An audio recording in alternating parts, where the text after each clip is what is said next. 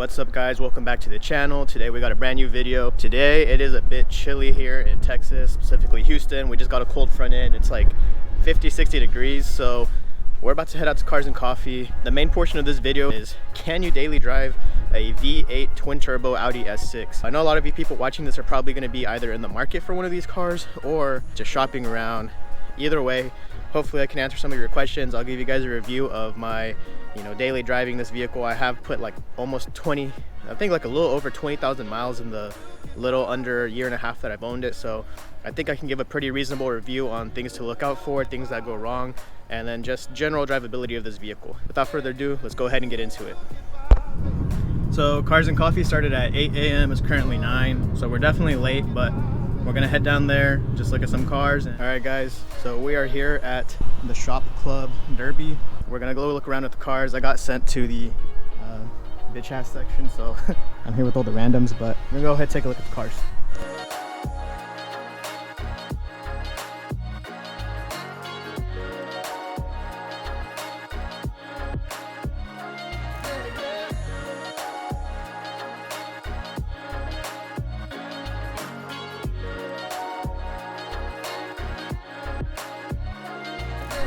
So that was definitely more of a boomer meet, nothing wrong with that.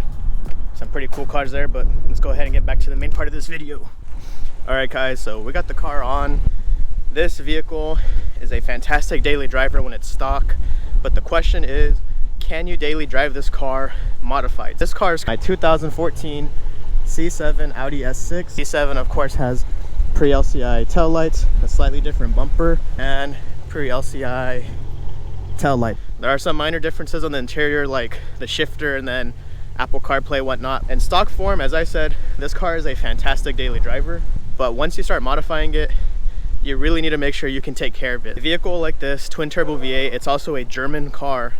You need to make sure that you can keep up with maintenance or at least afford it. People always say German cars aren't easy to maintain.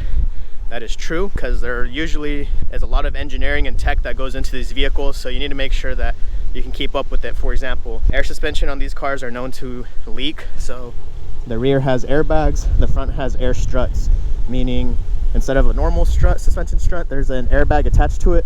On the back, instead of normal coils, you're just gonna have an airbag. Those tend to leak, and it can be a pretty expensive process to get the part, especially if you get OEM. Number one tip whenever you buy a German vehicle or any vehicle in general is, don't go with OEM, go with OE, meaning the original person that manufactured that product. Another thing I'm sure you guys are probably wondering about is gas mileage. Stock, these vehicles have a system in place called cylinder on demand, so it will basically deactivate 4 of the cylinders and turn this into an inline 4 vehicle and help with gas mileage. Once I had my car tuned, I removed that because I like hearing the V8 sounds. I don't remember what my gas mileage was stock, probably like 25 miles per gallon, but after it's been modified and I have just straight all 8 cylinders active all times, I'm averaging 19-20 miles per gallon, and that's mainly highway driving. This gas tank is like 18 gallons, so it lasts me a couple days, like 4 days maybe, before I have to fill up. And here in Texas, the gas is usually like 55 bucks for a full tank. It's like around $3, and it fluctuates a lot from $3 to like upper $3 for a gas tank. So that's how the gas mileage is on these vehicles. Next is going to be comfort. I do have my vehicle lowered, so that's going to add to the sportiness and make it a lot more of a stiffer ride, but there are actually 2 different modes. You can go in comfort mode, or dynamic mode is how these vehicles call it, or dynamic mode will be the more harsh and lower suspension, and then when you go in comfort, the air ride will actually add more air so that the suspension raises higher and gives you a more comfortable ride. It gives you that nice drivability, and I can confirm it does make a big difference. Car is pretty comfortable as a daily driver. The sport seats are also actually very comfy. These are what they look like, and I would recommend getting the sport seats just because of how cool they look. You can get this car with comfort seats, but the comfort seats are going to come with massaging, things like that. You can get sport seats heated and cooled, and honestly you're going to get that nice quilt.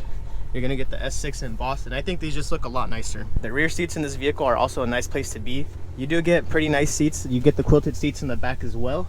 You get a little armrest for the people in the back, and it's pretty comfortable. I mean, I'm 5'7", I'm not the tallest, but I fit back here comfy. Back seats are also heated and cooled, or just heated, not cooled. So if you have someone that really likes heated seats, you can always, put this on the list for them, because they're not going to have any complaints back here. Cargo space is also not an issue.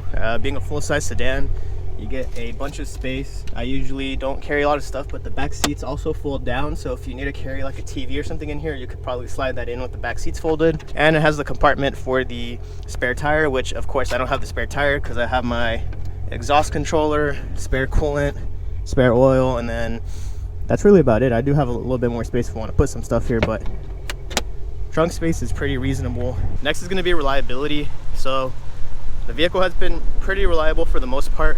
Nothing too crazy has happened where the car was down for an excessive amount of time, except for when I had my air suspension go out. So the front air strut actually went out. The only reason it took so long, it was down for like a month, was because one, the part was like $800, so I had to wait a little bit to get some money to be able to pay for that. Once I ordered it, it took like a week to get here.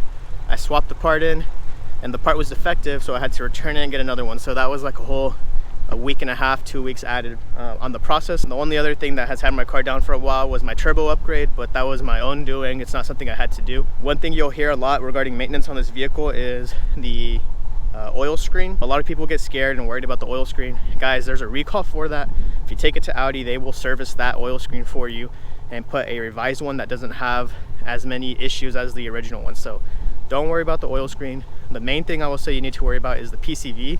So the PCV on these vehicles are known to go out, and if your PCV fails, it's going to be a bad experience and it can cost you a motor. So PCV is something you definitely want to take care of. There's a lot of videos out there to know if there's a bad PCV. Audi even has a technical service bulletin for that. So there's a lot of info around there, and you can always do it yourself, which would be kind of, it's a very involved process. So if you're not a very handsy person, you might just want to take it to a mechanic. PCV, water pumps are known to go out. These cars suffer very bad from heat soak, so they have a very small heat exchanger.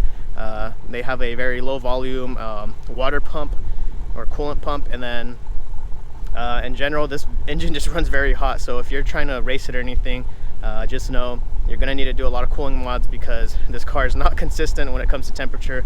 They're always overheating. But like I said, this vehicle is not bad at all. It's a nice daily driver. Like, I drive it 5 days a week to and from work. It's my only vehicle.